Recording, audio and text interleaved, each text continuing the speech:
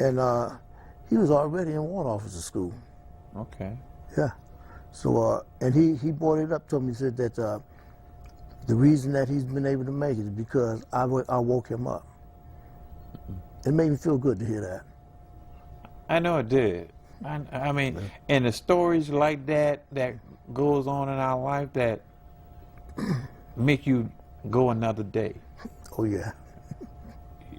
You know, and we take, that's what I'm saying, we take for granted. Yeah.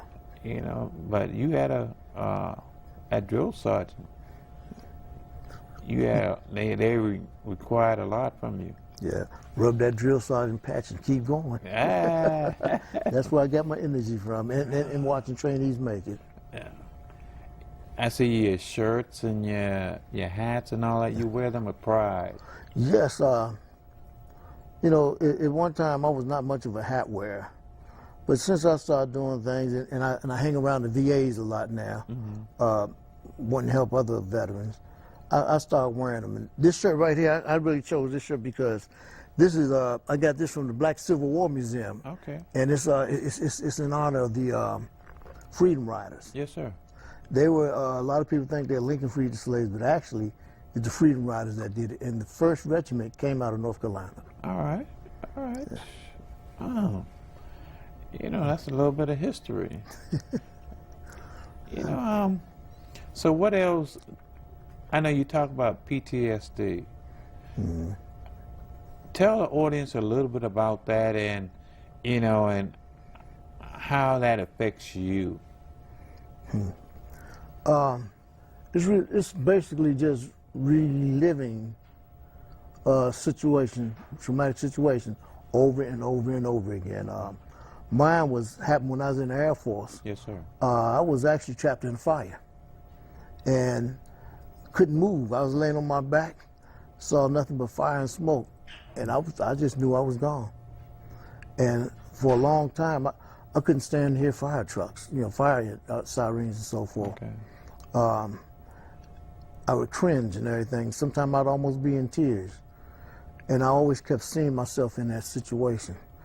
When I finally gave into it and realized that I can't fight it anymore, right, and accepted it, I started finding ways to get out of it, you know, with the help of the psychologists and groups.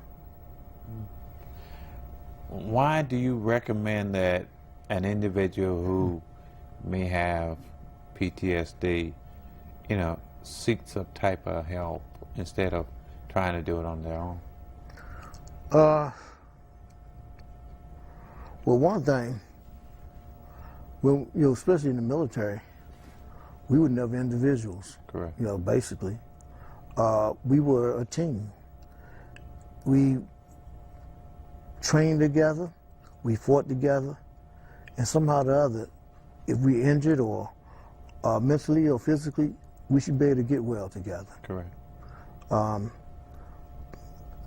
You don't want to try to do it on your own, especially if you are a married vet, because you never know when that situation is going to come when you turn on your family. That's the reason why a lot of veterans are homeless now, because of that. Okay, Mr. Horton, we're going to have to wind it down, but I want you to come back and tell the audience a little bit more about yourself and life, and, you know, just how grateful you are to be, you know, a veteran in this country, this United States that we serve. And can I say one other thing? Yes, sir, go ahead. Not only am I a veteran, I'm a member of an organization, America's Vets Helping Vets for Life.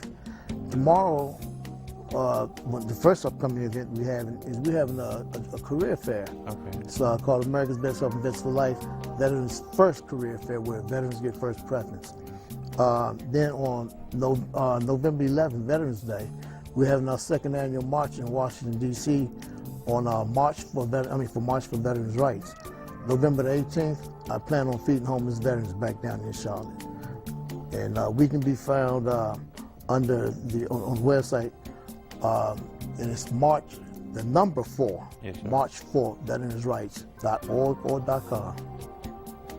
Thank you, Mr. Horton, and I look forward to you coming back and telling us some more about your organization as well as yourself. Okay. Ladies and gentlemen, thank you for watching the show, and you be encouraged. Thank you.